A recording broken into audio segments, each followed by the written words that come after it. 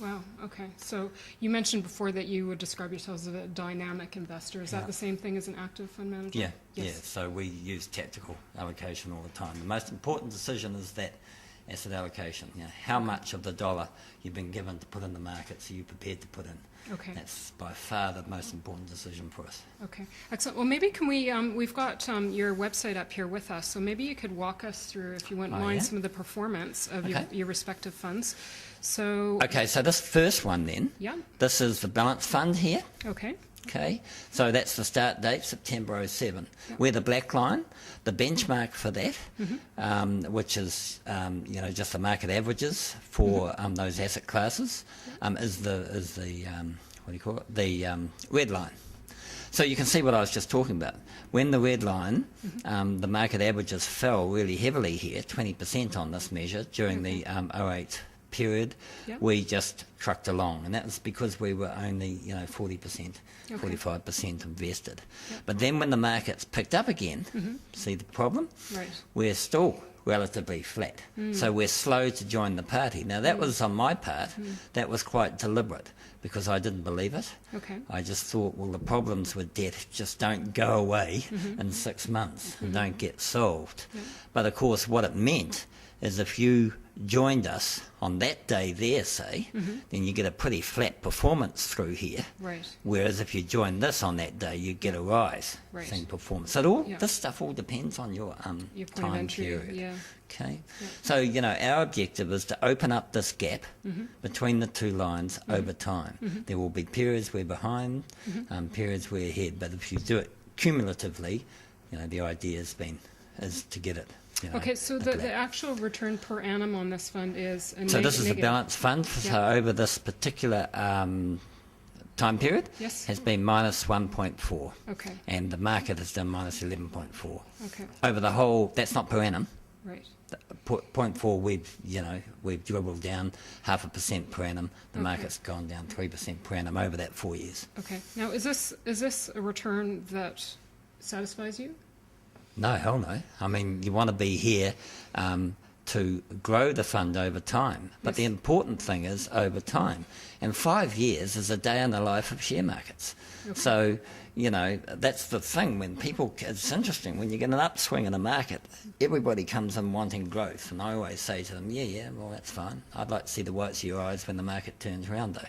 And it's amazing. Those people who are incredibly bullish in the growth cycle are completely the opposite in a down cycle. And, the world share markets are down below where they were in 2007, way below where they were. So we're in a bear market. I mean, there'd be no...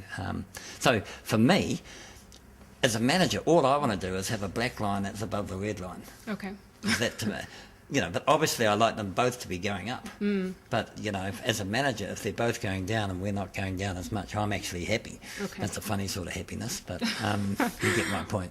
Okay. Now, so you've got 3 options or 4 options? Yeah, so that's that there was the balanced one. I'll get the conservative one. Oh, now. That was conservative. No, that's that was balanced. Okay. Yeah.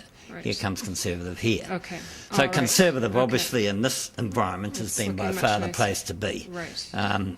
Because fixed interest rates have been falling a bit. Okay. And, so it's been so the conservatives have won, if you like, over the last. Yep. But, of course, the most stark performance, the worst one for this particular period, will be those who want full-on growth. Right. The bulls, the greedies, we might call them. But that might be me. I'm a little bit worried. But you've got time on your hands, so there's no point. This is only, 4 years. This is actually nothing in the life of share markets. So on this one, you can see they're both ugly. But me as manager, I look at this and I say, I'm fine.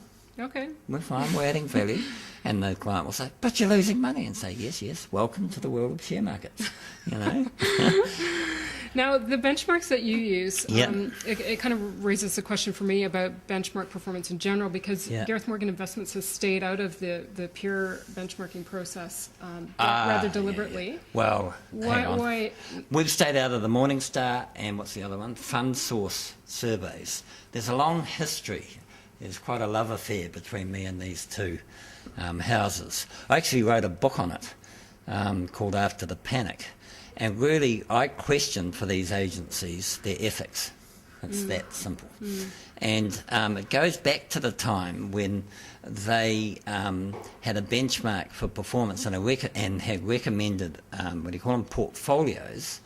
And it was really interesting. They had a different recommended portfolio for ING clients than they had for any other sort of clients, because ING were paying their bills. And that's been exposed in the book.